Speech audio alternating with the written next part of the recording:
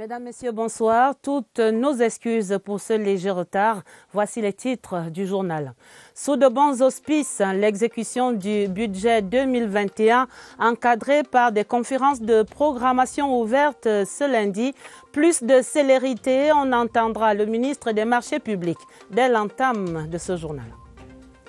Sous de bons auspices, l'entrée en fonction des premiers conseillers régionaux dans 8 jours, en pleine accélération du processus de décentralisation. Mais les régions seront-elles opérationnelles pour autant? À suivre l'éclairage dans l'enquête du soir. Sous de bons auspices également, le retour à la paix qui se construit dans le nord-ouest. Nous retrouverons le général Nkavalère et ses équipes pour des opérations civilo-militaires dans le Donga-Mantou. Voilà pour les titres. Développement après ce message.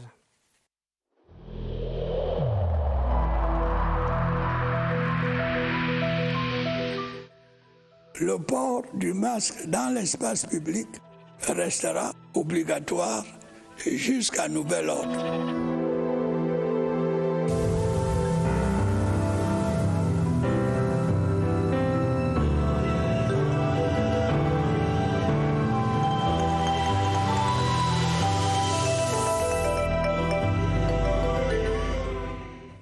Vent de changement dans les marchés publics au Cameroun. Rien ne sera plus comme avant dans ces processus de passation des marchés. Les ordonnateurs du budget de l'État sont appelés à sortir rapidement des lenteurs habituelles pour imprimer plus de célérité dans l'exécution des budgets. C'est le coup de tocsin du ministre Ibrahim Talba Mala ce lundi à l'ouverture des conférences de programmation pour 2021. Avec cet engagement à la clé, première procédure de passation des marchés dès le mois d'avril 2021 au plus tard. Cyril Kingembepe.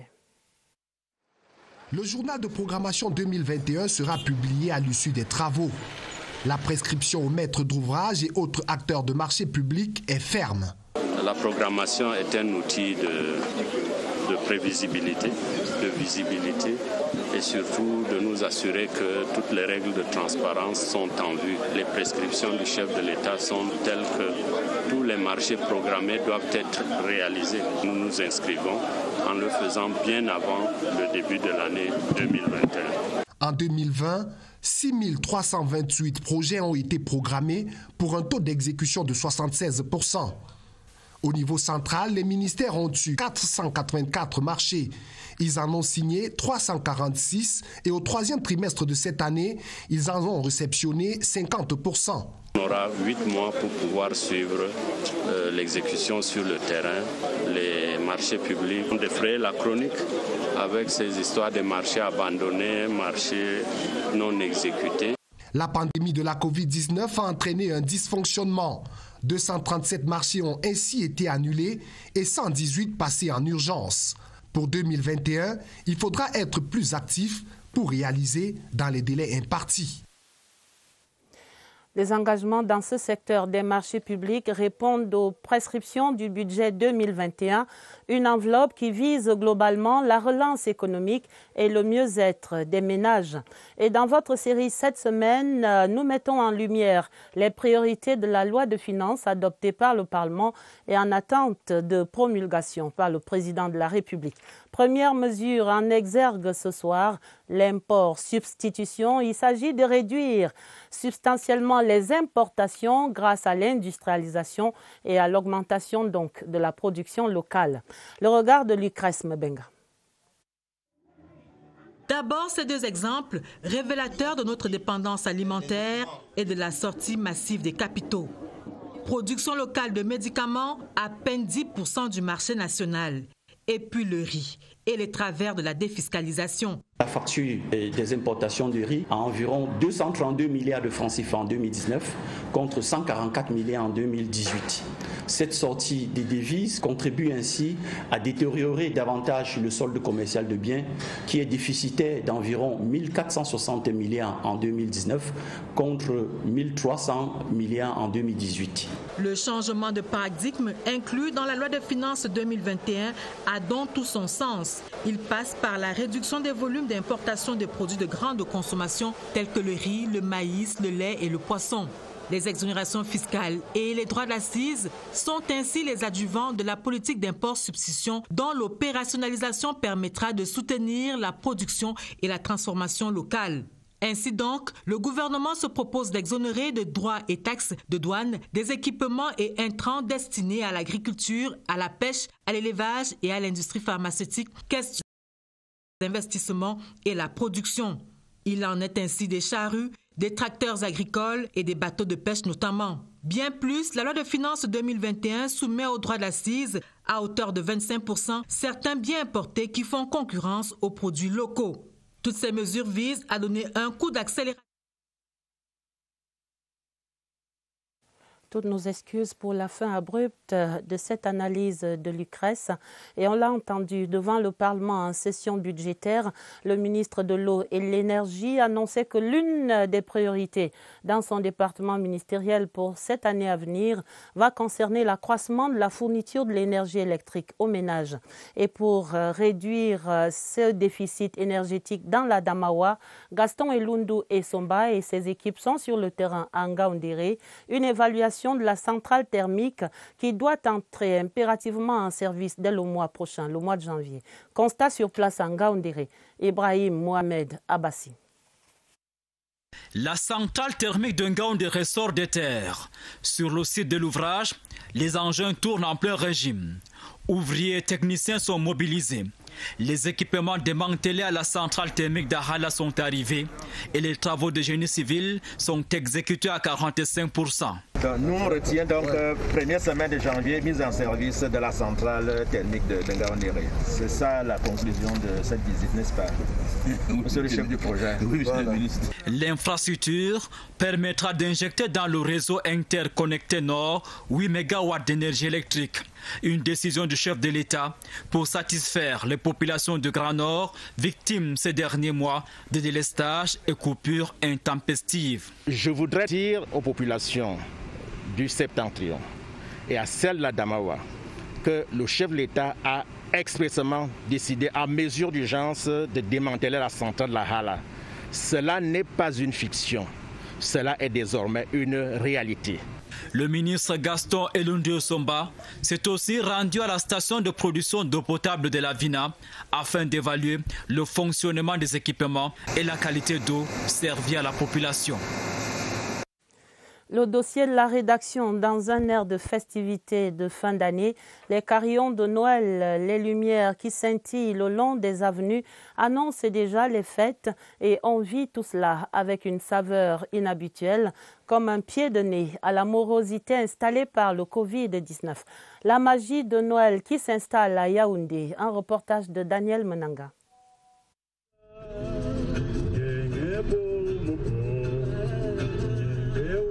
Un tintement de cloche particulier pour annoncer un Noël inédit, avec des virus à couronne dans l'air. Mais les couronnes de Noël s'imposent et voilà le décor qui invite à une attente des jours plus heureux. Quand il faut faire plaisir aux enfants, on fait plus qu'un petit effort. Ça va faire légèrement moins de cadeaux quand même. Avec la pandémie sanitaire, là, l'économie a pris un gros coup. Dans ce magasin, en plein cœur de la capitale, le rêve de Noël est si haut en couleur qu'il est difficile de résister à l'achat. Nous avons su passer nos commandes à temps et avons été livrés dans les délais. Les rayons jouets et articles de Noël sont exagérément pleins. Nous avons remis tous les prix à la portée de tout le monde, tellement bas. Par exemple, vous avez les prix des jouets qui étaient de 5 000 qui sont revenus à 1 000 francs. Les propositions fleurissent ça et là dans la ville, mais pour d'autres, c'est Noël dans le cœur qui fera un joyeux anniversaire de la nativité du petit Jésus. En tout cas, inexorablement, la nativité se rapproche. C'est dans 11 jours. Et puis, ce sera le nouvel an. Des périodes généralement fastes dans les familles. Mais en ce moment, rien n'annonce encore vraiment la fête dans les ménages, tous marqués par la sinistrose de cette année. Très difficile. Perspective de célébration à Yaoundé. Elvire, Angéline et Balé. Le décor à sortir au contexte fait son effet. Anne, emportée par cette euphorie, déniche les meilleurs gadgets pour égayer ces moments festifs. Une organisation préparée à l'avance. On se prépare depuis le début de l'année, on essaye de mettre de côté le budget, on vote un budget déjà ensemble avec mon mari et puis on fait l'épargne pour Noël. Par rapport à l'année passée, le budget a augmenté. Si un bon plan de fête est le maître mot indispensable pour Anne, pour d'autres, l'ambiance est plutôt morose. Un budget de fête maigre, du coup, les festivités ne sont pas une priorité. Je n'ai pas prévu aucun budget. Ils vont manger comme d'habitude. Les habits, est-ce qu'on doit encore acheter les habits pour les enfants? Quand on a déjà ce que les enfants vont manger, Dieu merci. Je n'ai rien prévu. Le jour-là, ce que j'aurais, je ferai avec. Pour mes 5 enfants, je mettais pratiquement 150 à 160 000 pour leur habillement et un peu la décoration de la maison. Mais cette année-là, les choses n'ont pas tourné. Ce que j'ai prévu, c'est d'abord l'argent de l'école. C'est que je travaille maintenant. Et après ça, pour les habillements, que je suis en train de le faire.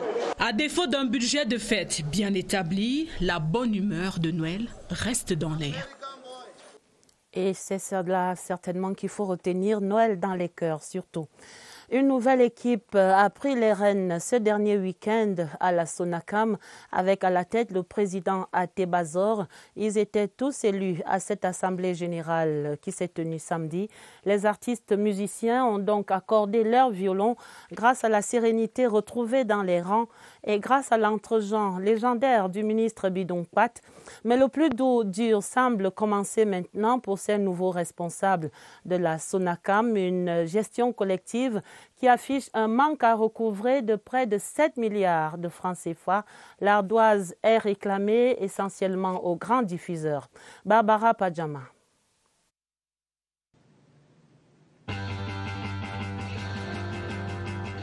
Pause sur les platines. On écoute les auteurs décidés à reprendre leurs droits. Et c'est légitime. La musique inonde les ondes, mais garde sèche l'assiette des redevances. Dans les comptes, la Sonacam perd près de 7 milliards de francs CFA de manque à gagner par an. Qui a à peu près 300 000 bars au Cameroun.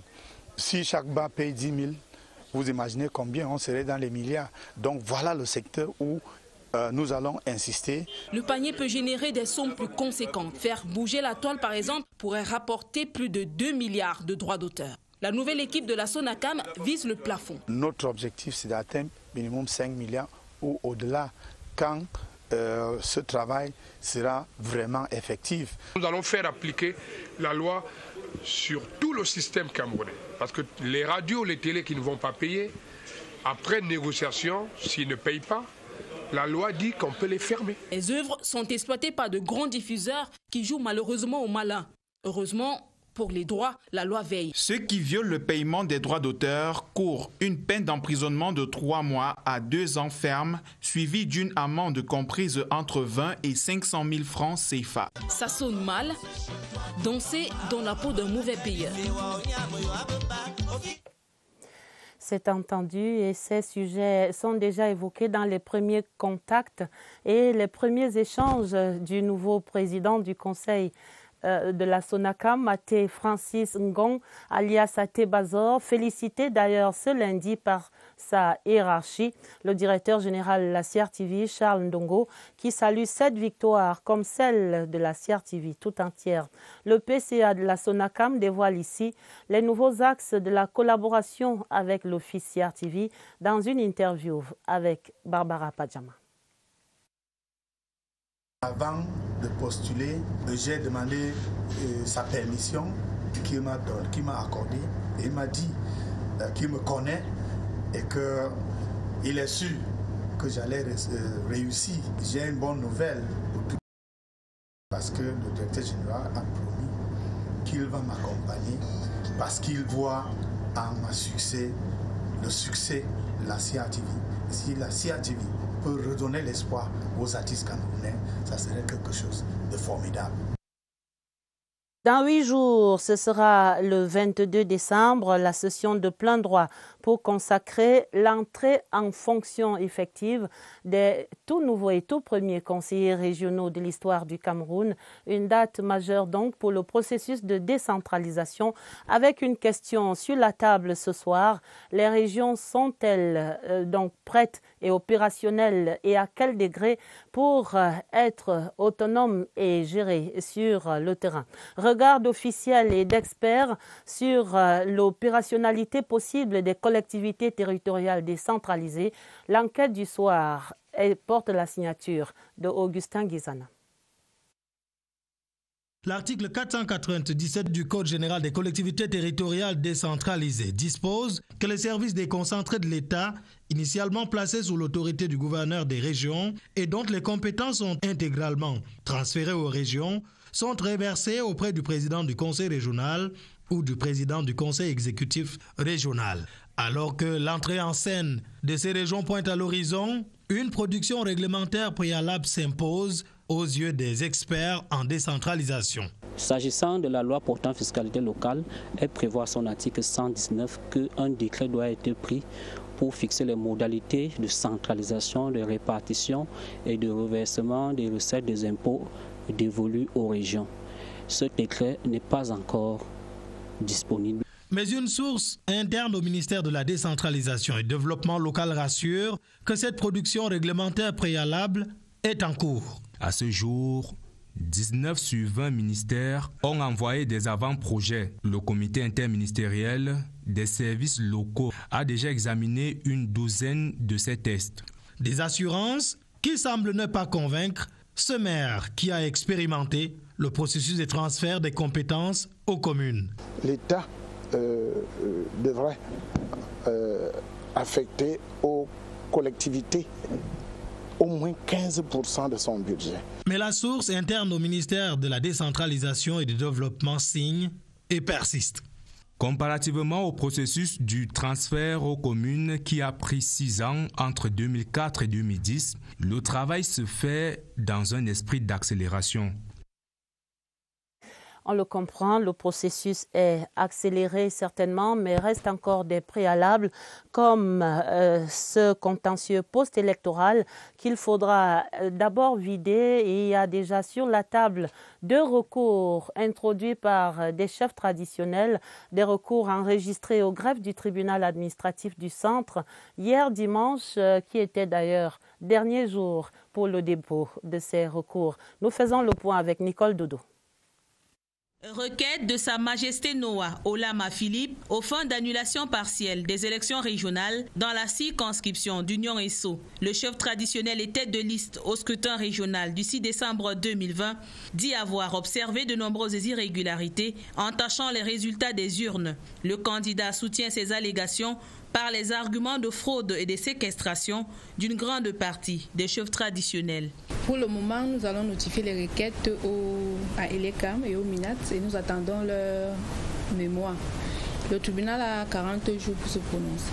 Autre recours, celui des chefs traditionnels, 2e et 3e degré des Koudou Briqueterie à Yaoundé. Les requérants demandent le rétablissement de leurs droits d'électeurs. Ils relèvent que le collège électoral du commandement traditionnel a été retiré de la compétition du 6 décembre 2020 par Elections Cameroun. Et pourtant, selon les dispositions du code électoral, le conseil régional doit refléter les différentes composantes sociologiques de la région.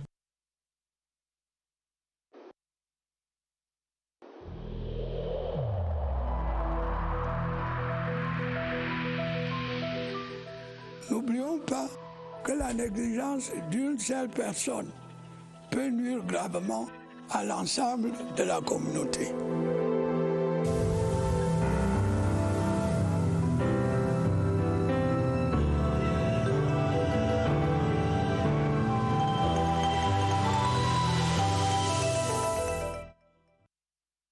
Des chiffres ce lundi sur le front de la lutte contre le Covid-19. La situation épidémiologique globale présente 25 087 cas confirmés de maladie, 443 décès et 23 857 cas de guérison. Et pour comprendre ces nouveaux indicateurs, nous retrouvons Évariste Yenga, notre reporter et son invité au Centre des opérations des urgences de santé publique ici à Yaoundé-Messa. Bonsoir Évariste, comment comprendre ces chiffres ?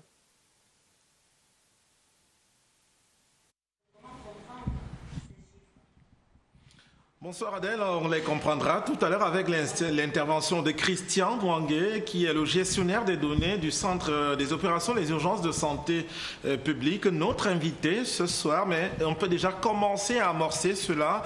Les chiffres indiquent la situation épidémiologique actuelle, c'est-à-dire les derniers indicateurs, les derniers repères. Bonsoir Christian. Bonsoir Évariste. Alors, on s'intéresse tout d'abord à ces décès. Les décès, on en a enregistré uniquement 2 au cours de la dernière semaine. Qu'est-ce que cela veut dire? Les cas asymptomatiques ne conduisent pas au décès finalement?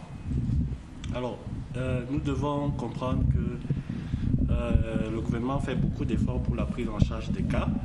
Et ce qui se passe actuellement avec les 2 décès, c'est dû au fait que la plupart des décès que nous avons actuellement sont des décès qui sont des personnes qui viennent déjà en formation sanitaire avec des comorbidités et des facteurs de risque.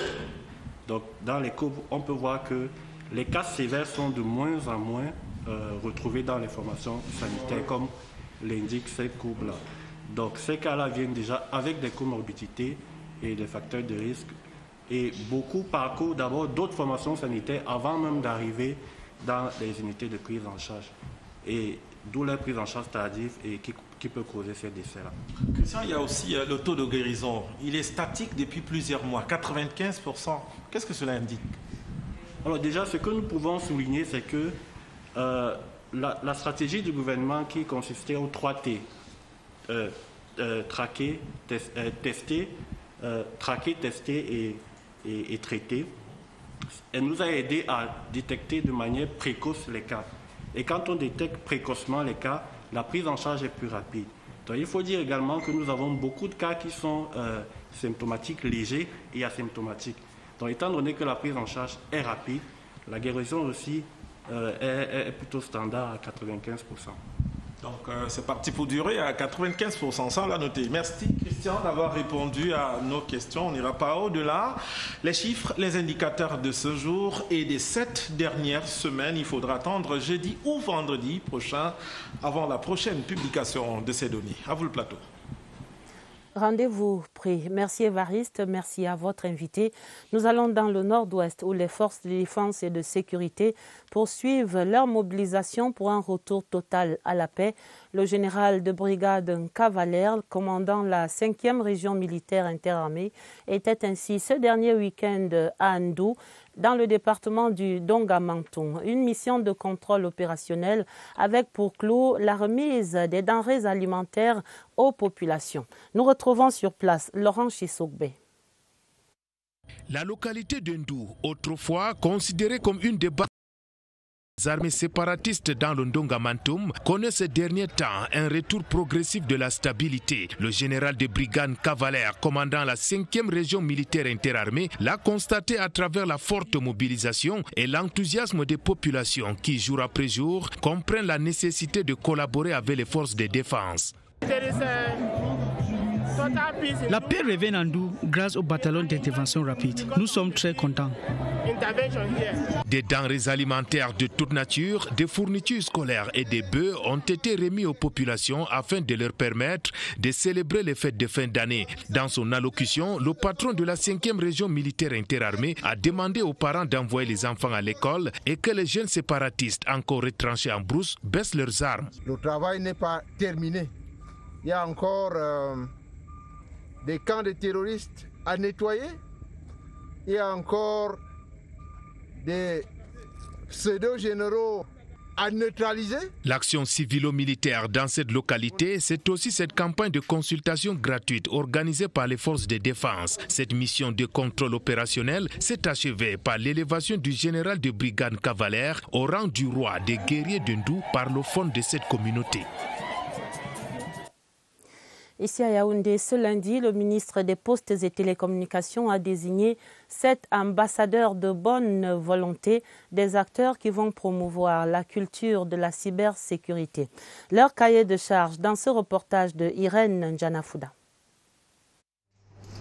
Les 7 ambassadeurs de bonne volonté accrédités au ministère des Postes et Télécommunications reçoivent leur lettre de créance des mains de Minette Libom Liliken pour faire rayonner la cybersécurité et vouer un culte à l'utilisation responsable des réseaux sociaux. Je donnerai tout ce que je suis et ce que j'ai pour pouvoir toucher les cœurs. Nous nous engageons à sensibiliser davantage la jeunesse camerounaise. En tant qu'étudiante, je vais profiter des différentes activités qui sont organisées à l'école pour pouvoir sensibiliser mes différents camarades.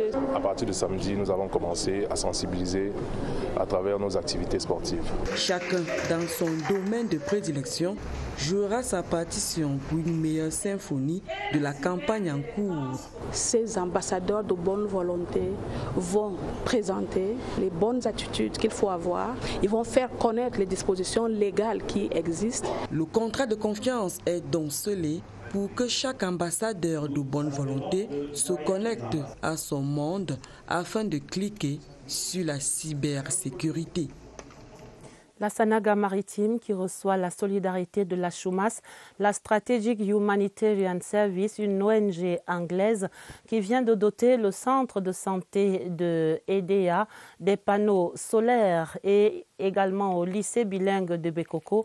L'ONG a construit et équipé un laboratoire scientifique. Nous découvrons tout cela dans ce reportage de Franck Evina. L'ONG Chumas, fidèle à son engagement humanitaire. Ici, au lycée bilingue de Bekoko, un laboratoire scientifique construit et équipé avec l'appui des partenaires anglais. Une aubaine pour cet établissement scolaire qui accueille plus de 400 élèves déplacés internes et inscrits au sous-système anglophone. Un sous-système dans lequel un accent particulier est mis sur les cours pratiques, notamment dans les filières biologie, physique, chimie et géologie. Autre lieu, autre coup de pouce, le centre de santé Saint-Odile, près d'EDA. Ici, l'ONG est au chevet des prématurés, dont une bonne partie sous assistance respiratoire dans les couveuses perd souvent la vie du fait des coupures intempestives de courant. Pour résoudre le problème, Chumas branche l'hôpital à l'énergie solaire. Les déplacés internes de la crise dans les régions du nord-ouest et sud-ouest sont aussi aux petits soins. Ici à Makba, département du Noun, 171 familles ayant fui les atrocités bénéficient d'un soutien multiforme. Entre autres dons, des produits alimentaires. Avec l'appui du Haut Commissariat des Royaumes-Unis, Chumas et ses partenaires perpétuent ainsi la noble mission d'assistance aux nécessités. L'Université de Yaoundé 2 SOA dévoile son plan stratégique de développement pour 2021-2025. Le document a été présenté ce lundi au ministre d'État, ministre de l'Enseignement supérieur. Découvrons cet outil stratégique et ses innovations dans ce reportage de Étienne Pascal Azeg. Voici quelques clichés de l'aspect physique de l'Université de Yaoundé 2 dans un futur proche. Une volonté novatrice contenue dans le plan stratégique de développement présenté à la tutelle et aux autorités locales à Yaoundé. Il s'agit d'un vaste programme de réforme pour une meilleure offre de formation. Il faut moderniser l'université en leur offrant des infrastructures à la hauteur des ambitions de cette vision. Ces infrastructures sont à la fois des infrastructures physiques, mais aussi des infrastructures numériques. Pour que le rêve devienne réalité au cours des 5 prochaines années, l'Université de Yaoundé 2 a besoin de 154 milliards de francs CFA. Certes, on peut estimer que la soutenabilité financière est relativement élevée. Le ministère de l'Enseignement supérieur et le gouvernement de la République en général sont disposés à l'accompagner dans la réalisation de ce très beau rêve. L'assurance de la tutelle est un gage de réussite de la nouvelle vision stratégique qui voudrait faire de l'institution universitaire un technopôle des sciences sociales en Afrique. Des médailles d'honneur du travail pour 111 employés de la SCDP, la Société camerounaise des dépôts pétroliers, qui célébrait ainsi le mérite de son personnel au cours d'une cérémonie présidée par le ministre Grégoire Oona. Retrouvons Rufin Kacham au cœur de la fête à Douala. Au centre de la vision stratégique de la SCDP, l'homme. L'entreprise classée leader dans le dialogue social est un modèle dans la mise en application des bonnes conditions de travail. Pour Patrice Bani, délégué du personnel, cette cérémonie de distinction honorifique confirme la vision de la SCDP. Si tous les 111 personnels décorés reflètent ces médailles qu'ils abordent, ils doivent, prescrit Véronique Mompé-Ambio, directeur général de la SCDP, être plus actifs et plus productifs, devenant ainsi les ambassadeurs de l'éthique au sein de l'entreprise.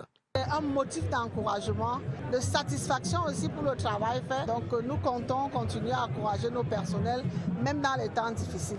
À travers ces médailles en vermeil, argent et or, l'État reconnaît et congratule le dur labeur et le professionnalisme de ses agents, dit Grégoire Ouna, le ministre du Travail et de la Sécurité sociale. Il vous revient désormais de redoubler d'efforts pour arriver au succès pour lesquels vous êtes condamnés, conclut-il. Message bien reçu des récipiendaires.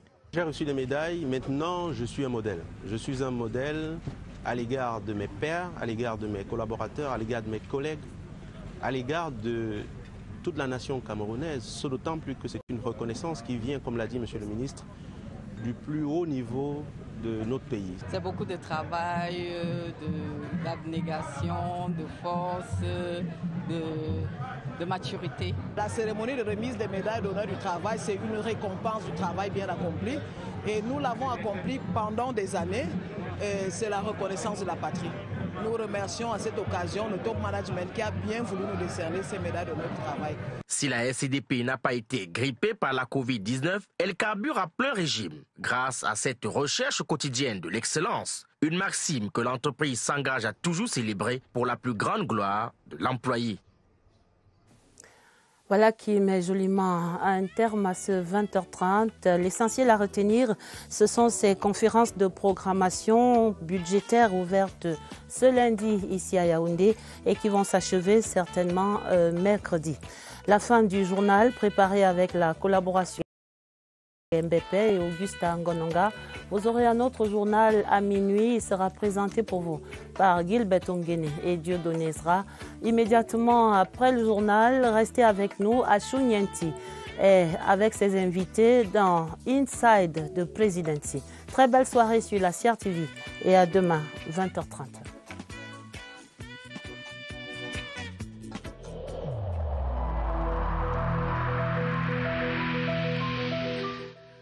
Il est essentiel que les mesures qui ont été indiquées soient absolument respectées par chacun de nous. Lavez-vous régulièrement les mains à l'eau et au savon ou à l'aide d'un gel hydroalcoolique. Restez à au moins 1 mètre de distance des autres personnes, surtout si elles toussent, éternuent ou ont de la fièvre. Si vous avez de la fièvre, de la toux ou des difficultés à respirer, consultez un médecin.